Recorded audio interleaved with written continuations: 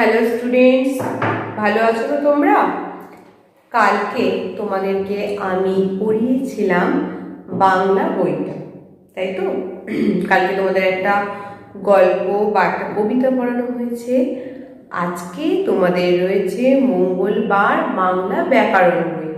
বাংলা ব্যাকরণ বইটা দেখো, এটা বেশ একটা নতুন বই, নতুন কিন্তু চ্যাপ্টারগুলো কিন্তু একই থাকবে। বুঝতে পেরেছো? তোমরা আগে যেটা পড়ে এসেছো, যারা 2 থেকে 3-তে উঠেছো তাদের কিন্তু বাংলা ব্যাকরণ সম্বন্ধে খুব একটা ধারণা নেই, কিন্তু যারা 3 থেকে 4-এ আছো তারা কিন্তু বাংলা ব্যাকরণের অনেক কিছু শিখে গেছো। আমি কিন্তু তোমাদের শেষ থেকে যে ক্লাসগুলো নিয়েছি তোমাদের অনেক কিছু বলেছি। প্রথমেও তোমরা শিখেছো বাংলা ভাষা কাকে বলে, বাংলা ব্যাকরণ কাকে বলে, বাংলা ব্যাকরণ বলে আমরা কি পাই। ইংরাজিকে যেটাতে বলে গ্রামার, বাংলায় হলো সেটা ব্যাকরণ। অর্থাৎ যে আমরা যে গ্রামার পোর্শনে কাজ করি না, আমরা যে লিখি যে আমি খাই, আমি যাই, এগুলো কোথায় কিভাবে লিখতে হয়, আমরা কি লেখার সঙ্গে বলি আমি যান? বলো কি তোমরা? বলবে না তো? তো এই যে কিভাবে সেন্টেন্স গঠন করতে হয়, বাক্য কিভাবে গঠন করতে হয়, সেটা শিখতে গেলে, সেটা জানতে গেলে যে বইটাকে আমাদের ভীষণ ভালো করে জানতে হবে, বুঝতে হবে, যার ওপর বেস করে আমরা বাংলা সুন্দর করে লিখতে পারবো, বলতে পারবো এবং বাংলা সম্বন্ধে গভীর জ্ঞান অর্জন করতে পারবো, সেটাই হলো বাংলা ব্যাকরণ। ঠিক আছে? বাংলা ব্যাকরণের প্রথম চ্যাপ্টার তোমাদের রয়েছে বাংলা ভাষার কথা এবং তার ব্যাকরণ। ঠিক আছে? তো ব্যাকরণ কথার অর্থ আমি বললাম বাংলা ভাষাটাকে আমাদের জানতে হবে। আমরা কি প্রথম থেকেই এত গুছিয়ে কেউ কথা বলতে পারি?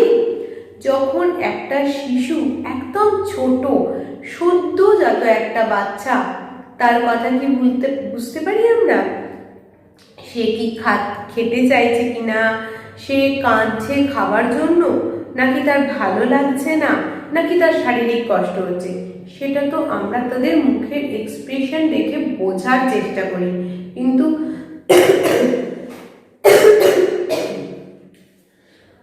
একদম অ্যাকুরেট বা প্রপারলি তো বুঝতে পারি না সে কি বলতে চাইছে। আমি যে বলছি তোমাদের বাংলা ব্যাকরণ পড়াবো, তোমরা বুঝতে পারছো মিস তোমাদের বাংলা ব্যাকরণ পড়াবে। এবার আমি যদি তোমাদেরকে এসে আ আ আ আ ই ই ই, বুঝলে আমার ভাষাটা কি বোঝা গেল? বা আমি যদি তোমাদের ঘরে এসে, বুঝতে পারলে কিছু, আমি কিছু বললাম না, তাহলে তোমরা আকার ইঙ্গিতে হয়তো কিছুটা গেস করতে পারো যে মিস ঘরে কেন এসেছেন। কিন্তু আমরা যখন আমি প্রপারভাবে কথা বলছি তোমাদের সঙ্গে, তখন তোমরা আমার ভাষাটা বুঝতে পারছো যে আমি কি করতে চাইছি, আমার কথাগুলোর দ্বারা তোমরা বুঝতে পারবে। তাই বলেছে প্রথমে, একদম প্রথমে, তোমরা ইতিহাস বইয়ে পড়েছো, প্রথম তো মানুষ কথা বলতে পারতো না, গুছিয়ে কথা বলতে পারতো না, তারা বিভিন্ন রকম আকার ইঙ্গিতের সাহায্যে বোঝাতো। তারপরে মানুষ কিছু শব্দ বা কিছু আওয়াজ করত, মুখ দিয়ে শুধু আওয়াজ বেরোতো, তার সাহায্যে মানুষ তাদের মনের ভাব প্রকাশ করত। তারপরে কি হলো? লেখার মাধ্যমে। অর্থাৎ আমি তোমাদের কিছু লিখে বোঝানোর চেষ্টা করছি যে আমি কি। ধরো এটা আমি বললাম যে আমি একটা মানুষ, কি করতে এসেছি? বই, ঠিক আছে, পড়াতে। তো তোমাকে আমি এরকম কিছু চিহ্ন, সিম্বল, ঠিক আছে, দিয়ে দিলাম। তুমি বুঝো ও এটা তো একটা মানুষের চিহ্ন, এটা বোধ হয় তাহলে বইয়ের চিহ্ন, এটা দিয়ে মিস কিছু বলতে চাইছেন। তাহলে মিস বই নিয়ে কিছু বলতে চাইছেন বা বোঝাতে চাইছেন। এই ভাষাটা কিন্তু তারপরে আবিষ্কার হলো যে চিত্রলেখা, অর্থাৎ লেখার মাধ্যমে যে কিছু বলা যায় সেইটাকে বোঝাতে গেলে কিন্তু তখন ওই লেখা এলো। তার অনেক পরে মানুষ শব্দ করে কথা বলতে পারলো, মনের ভাবটাকে গুছিয়ে প্রকাশ করতে পারলো। তো সেটাই আমরা পড়ব আজকে আমাদের বাংলা ভাষার উৎপত্তি বা বাংলা ভাষার ব্যাকরণটা কিভাবে এসেছে। চলো তোমরা প্রথম অধ্যায়টা খুলে ফেলো, পেজ নাম্বার 3। শিশুরা জন্মের পর তাদের কেঁদে কেঁদে মনের ভাব প্রকাশ করে। আমি কি বললাম? শিশুরা জন্মের পর কেঁদে কেঁদে, অর্থাৎ সে তো তখন কিছু বুঝতে পারে না, বলতে পারে না। সে হাসলে আমরা বুঝি যে সে খুব ভালো আছে, সে কাঁদলে বুঝি হয় তার পেট ব্যথা করছে, নয় তার খিদে পেয়েছে, নয়তো তার কোনো শারীরিক অসুবিধা হয়েছে। তারা কথা বলে মনের ভাব প্রকাশ করতে পারে না। ক্রমে ধীরে ধীরে বড় হয়ে বাবা, মা, কাকা, তাও কিন্তু পুরো কথা বলে না, কা কা কা কা করে, মা মা মা মা করে, একটা শব্দ বলতে শেখে। তাতে কিন্তু আমরা খুব খুশি হই। বাড়ির ছোট্ট ভাই বোনেরা বা দেখবে কেউ শিশু যখন একটা শব্দ হয় না, কা কা বা মা মা, আমরা কিন্তু খুব ভালো লাগে আমাদের। এইভাবে বড় হওয়ার সঙ্গে সঙ্গে সে আরো ভালো করে কথা বলতে শুরু করে। ধীরে ধীরে সে সম্পূর্ণভাবে কথা বলে। আমরা কথা কেন বলি বলতে তো কথা মনের ভাব প্রকাশের জন্য আমরা কথা বলে। তাই আমাদের কি চাই, কি হয়েছে বা কি হতে পারে, কি আমাদের সুবিধা, কি আমাদের অসুবিধা, কি আমাদের মনে আছে সেটা জানানো বা বোঝানোর জন্যই আমরা কথা বলে থাকি। আদিম যুগের মানুষেরা কিন্তু কথা বলতে পারতো না। তোমরা বললাম না, তোমরা ইতিহাসে পড়ে থাকবে যে আদিম যুগের মানুষেরা কথা বলতে পারতো না। নানা রকম ইশারা বা ইঙ্গিত করে, মুখ দিয়ে নানা রকম শব্দ করে তারা নিজেদের মনের ভাব প্রকাশ করত এবং সেই মনের ভাব অন্যকে বোঝাতো। আদিম মানুষজন পশু পাখিদের অনুকরণ করে পশু পাখিদের মতো শুধু শব্দ করতে শিখল। প্রথমে কিন্তু কথা বলতে পারতো না, হাত পা নেড়ে আকার ইঙ্গিতে বোঝাতো। তারপরে দেখলো যে পশু পাখিরাও তো কথা বলে, কিছু তো একটা বলে, শব্দ করে। ওরা মুখ থেকে বিভিন্ন রকম শব্দ উচ্চারণ করতে শিখলো। সেটার সাহায্যে তারা মনের ভাব প্রকাশ করলো। পরবর্তী সময় মানুষ যখন গুহাবাসী হলো, গুহার গায়ে ছবি আঁকতে শিখলো। ওই যে তোমাদের দেখালাম, ওটাকে বলে চিত্রলিপি। ওর মাধ্যমে কিন্তু মানুষ প্রকাশ করলো তার নিজের মনের ভাবটাকে। পণ্ডিতদের অনুমান, ছবি আঁকতে আঁকতে এক সময় অক্ষরের সৃষ্টি হলো। অক্ষর অর্থাৎ বর্ণ, যে আমরা ক, খ, অ, এই যেগুলো লিখি না, এগুলোকে বলা হয়ে থাকে অক্ষর। এক একটা অক্ষর, ঠিক আছে? তো ওই অক্ষরের ধারণা কি করে এলো? পণ্ডিতদের মতে, অর্থাৎ যারা বৈয়াকরণিক, অর্থাৎ যারা ব্যাকরণ নিয়ে আলোচনা করে, তাদের মতে এই যে চিত্রলিপিগুলো ছিল, অর্থাৎ গুহার গায়ে মানুষ ছবি এঁকে যখন মনের ভাবটা প্রকাশ করত, তখন থেকেই আস্তে আস্তে ধীরে ধীরে অক্ষর বা বর্ণের সৃষ্টি হলো। তবে ভাষা ঠিক কবে থেকে সৃষ্টি হয়েছে সেটা কিন্তু কেউ জানে না। এরপর মুখের শব্দ, মনের ভাব, হাতে আঁকা ছবি নিয়ে মানুষের ভাষার জয়যাত্রা শুরু হয়ে গেল। প্রথমে মানুষ মুখের শব্দকে বোঝানোর জন্য নানা রকম চিহ্ন আঁকতে লাগলো। এখন যেমন আমরা অ লিখি, অ চিহ্নটাকে বোঝানোর জন্য, ক লিখি ক বোঝানোর জন্য। এইভাবে মানুষ হাতে আঁকা চিহ্নগুলোর সঙ্গে মনের ভাব জুড়ে নানা রকম অর্থযুক্ত শব্দ তৈরি করে নিল। তারপর এইভাবে নানা অর্থযুক্ত শব্দকে পর পর জুড়ে দিয়ে সৃষ্টি করলো ভাষা। তাহলে ভাষার মূল উপাদান কি হচ্ছে? ভাষার মূল উপাদান হচ্ছে কথা আর শব্দ। এই যে ভাষাটা, ভাষার মূল উপাদান কি হচ্ছে? মূল উপাদান হচ্ছে, মনে রাখবে কিন্তু ভাষাটা কোত্থেকে এলো?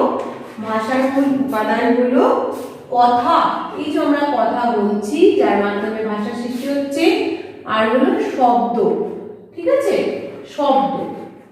এই শব্দগুলো একের পর এক বর্ণগুলো মিলে শব্দ হচ্ছে, শব্দগুলো পাশাপাশি বসে আমরা কথা বলতে পারছি, মনের ভাবকে প্রকাশ করতে পারছি। মুখের কথাকে লিখে প্রকাশ করার কৌশল বা লিপির ব্যবহার সভ্য মানুষেরা জেনেছে অনেক পরে, আজ থেকে প্রায় ৬,০০০ বছর আগে। তাহলে কিন্তু এই ভাষা আজকে কিন্তু সৃষ্টি হয়নি, ভাষা কিন্তু আজ থেকে ৬,০০০ বছর পূর্বে সৃষ্টি হয়েছে। মিশর দেশের ছবি এঁকে চিত্রলিপির সাহায্যে মেসোপটেমিয়ার গুঞ্জ বা কিলকের মতো চিহ্ন এঁকে এঁকে কিলক লিপির সাহায্যে মুখের কথাকে প্রথম লিখে দেখবার কৌশল চালু হয়। তাহলে কোন দেশে? মিশর দেশে। তোমরা কিন্তু অবশ্যই মনে রাখবে যে মিশর দেশে কি হলো?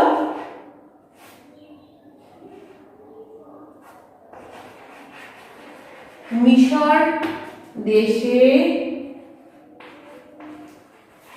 কিলক বা গোঁজ অর্থাৎ কিসের সাহায্যে লিখত তারা? কিলক অর্থাৎ একটা কি বলতো? পাথরের ফলক, ঠিক আছে, পাথরের ফলককে বলতো কিলক বা গোঁজ, যার সাহায্যে খোদাই করা যাবে কথাগুলোকে। এই যে আজকে আমি কিসের সাহায্যে লিখছি? চকের সাহায্যে বোর্ডের ওপর, তাই তো এই চকটা এই বোর্ডের ওপর লিখতে আমাকে সাহায্য করছে। তা তোমাকে যে পাথরের গায়ে লিখতে হবে তার জন্য একটা মাধ্যম দরকার। সেই মাধ্যমটা কি ছিল? পাথরেরই একটা মানে কি বলবো পেরেক টাইপের একটা গোঁজ, ঠিক আছে, পাথরের একটা ফলক, সেই ফলকটা দিয়ে তারা পাথরেরই গায়ে লিখত, যেটাকে বলছে কিলক বা গোঁজ। কি লিপি চালু হলো তখন? যেহেতু কিলকের সাহায্যে লিখত, কিলকের সাহায্যে লিখত বলে মেসোপটেমিয়ার লোকেরা তাকে বললো কিলক লিপি। মনে রাখবে কিন্তু মেসোপটেমিয়ায়, এটা মিশর দেশে হবে না, মেসোপটেমিয়া, ঠিক আছে, এটা হলো মেসোপটেমিয়া।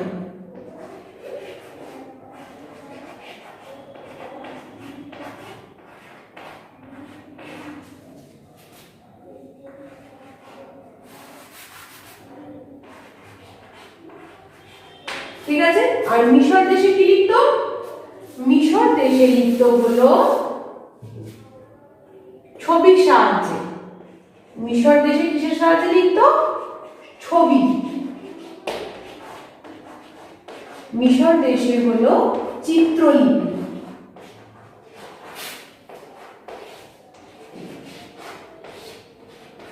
ঠিক আছে, মিশর দেশে হলো চিত্রলিপি, মেসোপটেমিয়ায় কিলক বা গোঁজের সাহায্যে লিখত বলে তাকে বলা হলো কিলক লিপি। আমাদের দেশেও ৫,০০০ বছর আগে হরপ্পা মহেঞ্জোদারো সভ্য মানুষেরা লেখার কৌশল বা লিপির ব্যবহার আবিষ্কার করেছিল। তাহলে কি প্রথমে আমি কিন্তু বললাম ৬,০০০ বছর আগে এই মিশর দেশের লোকেরা চিত্রলিপির সাহায্যে লিখত, আর আমাদের দেশে ৫,০০০ বছর আগে মহেঞ্জোদারো হরপ্পা সভ্যতারও কিন্তু লিপির ব্যবহার চালু হয়েছিল। প্রাচীন সুমেরীয় জাতীয় লিপি পদ্ধতিকে আমরা কি বলে থাকি? বানমুখ লিপি। আমরা কি বলবো? বানমুখ লিপি। এগুলো কিন্তু শর্ট কোয়েশ্চেন আসবে, বইটা ভালো করে রিডিং করবে, না হলে কিন্তু এই শর্ট কোয়েশ্চেনগুলো কখনো লেখা সম্ভব নয়।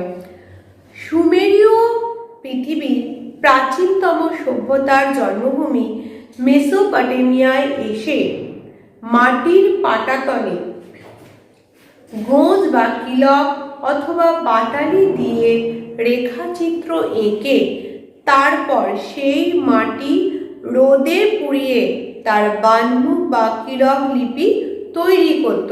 তাহলে কিভাবে কিলক লিপি তৈরি করলো?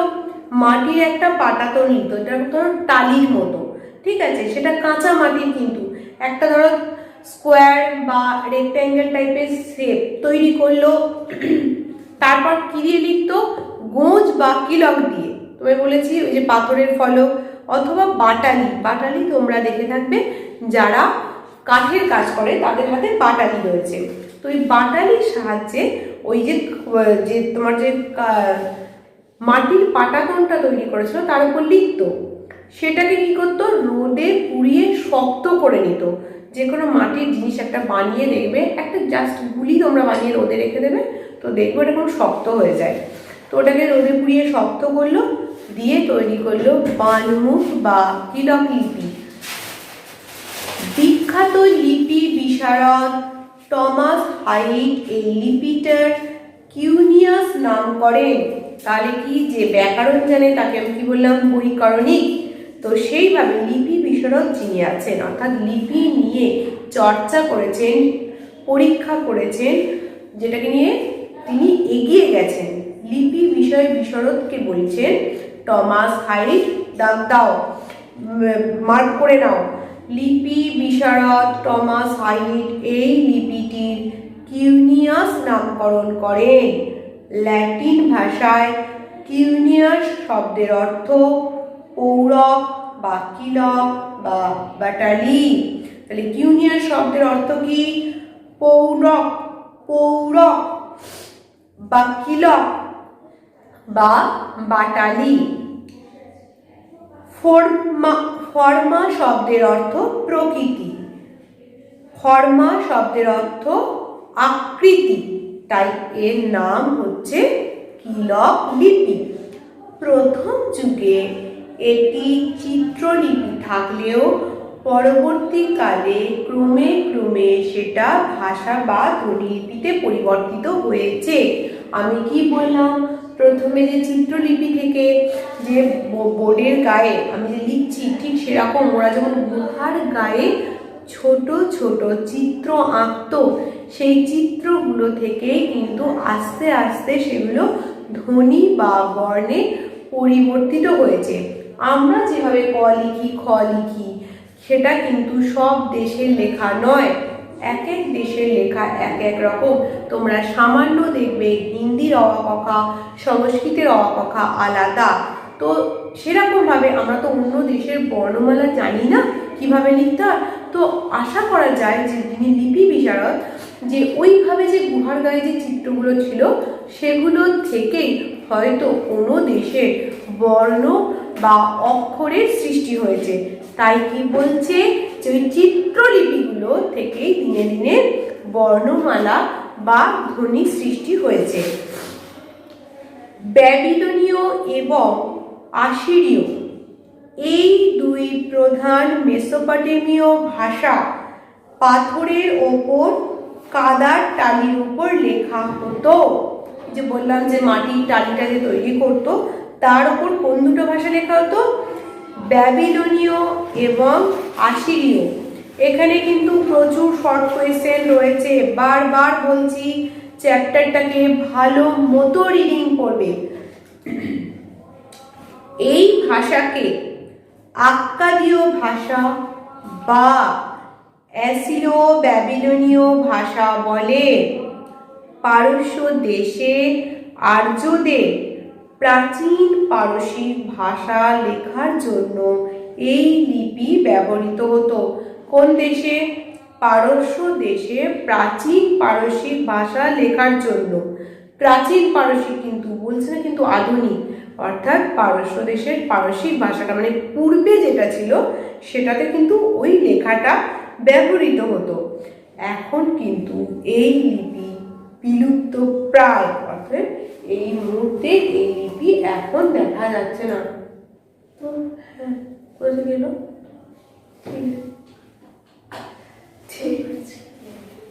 ঠিক আছে, তাহলে আজকে তোমাদের এই পর্যন্তই পড়া রইল। প্রচণ্ড টাফ চ্যাপ্টার, কিভাবে আমাদের ভাষার সৃষ্টি হয়েছে, কিভাবে আমাদের বর্ণের সৃষ্টি হয়েছে, তোমরা এইটুকুনি বারবার পড়বে। যেখানে আমি পেন্সিল দিয়ে দাগ দিয়ে নিতে বললাম অবশ্যই ব্র্যাকেট করে নেবে, এখান থেকে কিন্তু প্রচুর শর্ট কোয়েশ্চেন আসার মতো। ঠিক আছে, আজকে তাহলে এই পর্যন্তই, আমি পরের দিন বাকিটা পড়াবো। টাটা। মাঝে কি করবে, বলে কথা, ওইটা কাটবে না।